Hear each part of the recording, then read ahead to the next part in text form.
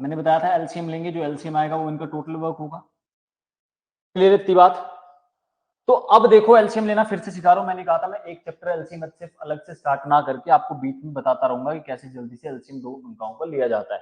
ठीक है, नंबर्स क्या क्या है मेरे पास, 80, 96 एंड 32।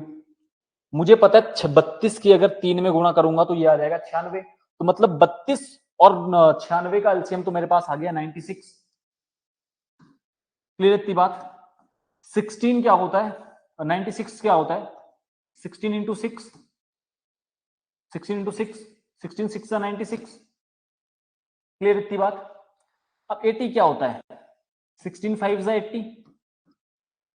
16 की रिस्पेक्ट में मैंने इन्हें तोड़ा। अब जब मैं इसे तोड़ूंगा तो मैं इसे कैसे तोड़ सकता हूं, देखो मैं इसको लिख सकता हूं 8 इंटू 4, 4 इंटू 8 लिख लूंगा, 16 इंटू 2, 16 के रिस्पेक्ट में तोड़ूंगा तो 16 इंटू 2। क्लियर इतनी बात?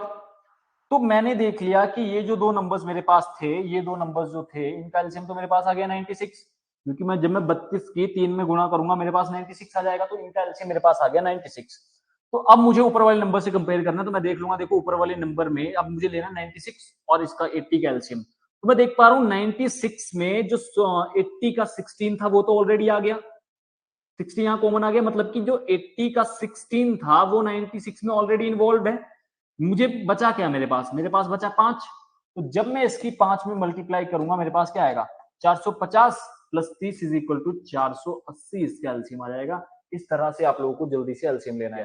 तो इनका मैं एलसीएम लेना फिर से आपको सिखाऊंगा। देखो दो नंबर है मेरे पास, एक है 36, देखो यहीं से क्लियर कर लेना, अलग से कोई चैप्टर पढ़ने की जरूरत नहीं है। एलसीएम एचसीएफ 36, 36 को किसके रिस्पेक्ट में तोड़ूंगा, 9 के रिस्पेक्ट में, तो 9 इंटू 4 होता है 36। क्लियर इतनी बात? और यहाँ इसको 9 के रिस्पेक्ट में तोड़ूंगा तो 9 इंटू 5 होता है 45।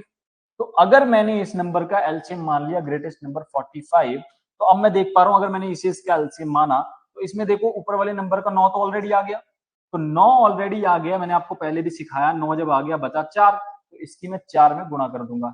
4 में जब मैंने इसकी मल्टीप्लाई करी 160 प्लस 20 180 मेरा एलसीएम आ गया।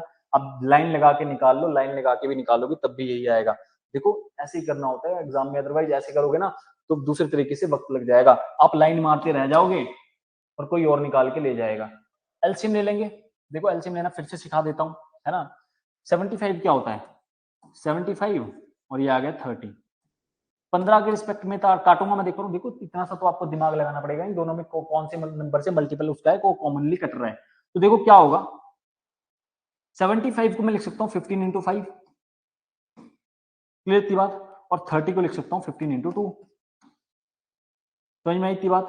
तो अब मैं अगर 75 को जो ग्रेटेस्ट नंबर है उसे इसका एलसीएम मानूं, 75 को मैंने इसका एलसीएम माना, तो अब मैंने देख लिया कि 30 का जो 15 था वो ऑलरेडी इसमें आ गया, तो 15 यहां से मैं इग्नोर करूंगा।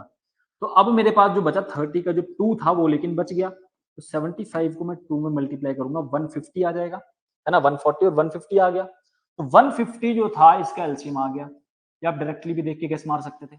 25 क्या होता है, 25 को तोड़ूंगा 5 इंटू 5, 25 को तोड़ के 5 इंटू 5 लिख सकता हूं। 45 को भी 5 के एस्पेक्ट में तोड़ूंगा तो 5 इंटू 9। क्लियर इतनी बात? मैंने माना ग्रेटेस्ट नंबर को, मैंने इसका एलसीएम मान लिया, मैंने मान लिया इसका एलसीएम जो है आ गया 45। तो जब मैंने इसका एलसीएम 45 माना तो अब मैंने देखा इस नंबर को मैंने मान लिया, 45 को मैंने इसका एलसीएम मान लिया।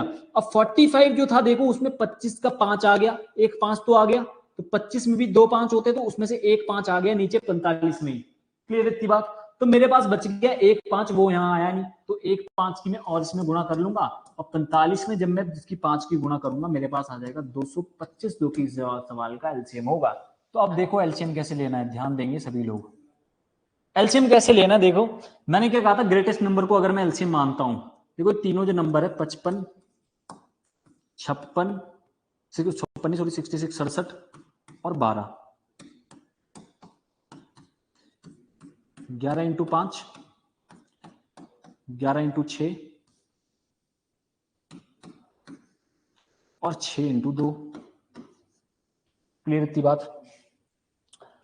अब अगर मैं ग्रेटेस्ट नंबर को इसके एलसीएम मानता हूं 66 को, मैंने 66 को इसके एलसीएम माना, तो 66 में मैंने देख लिया इसका 11 भी आ गया ऊपर वाले का, देखो 11 आ गया ना 66 में ऊपर वाले का, तो ऊपर से मैं 11 को हटा दूंगा।